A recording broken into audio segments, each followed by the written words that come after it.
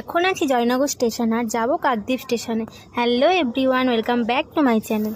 ভাগনাকে হোস্টেলে ছাড়তে যাচ্ছি আর এদিকে গরমে স্নান হয়ে গেছি। দুজনে বসে আছি ট্রেনের অপেক্ষায়। ট্রেন আসার টাইমও হয়ে গেছে, আপ অ্যান্ড ডাউন দুদিকেই ঢুকছে। আমরা যাব ডাউনে আর ট্রেন এসে গেছে। চলো উঠে পড়লাম ট্রেনে আর সিটও পেয়ে গেছি। সেই সকালে বেরিয়েছি আর এখন 11টায় ট্রেন পেলাম। খুব একটা ভিড় ছিল না ট্রেনটায়। ট্রেনের মধ্যে এটা ওটা খাবার খেতে খেতে, যেমন ঘুগনি আরও নানা রকম চিপস টিপস খেতে খেতে চললাম কাকদ্বীপের উদ্দেশ্যে। আর এদিকে দেখো মেঘের কি অবস্থা, মেঘ তো কালো হয়ে গেছে। আর আমরা প্রায় কাকদ্বীপে চলেও এসেছি। আর এই যে কাকদ্বীপ স্টেশন দেখো, কাকদ্বীপ স্টেশনে এবার নামবো। আর আমরা নামবো কি তার আগেই দেখি বৃষ্টি নেমে গেছে। তো চলো আমরা যেতে যেতে আবার ছাতাটাও বের করে ফেললাম। রাস্তার অবস্থা খুবই খারাপ, পুরো জল জমে গিয়েছে।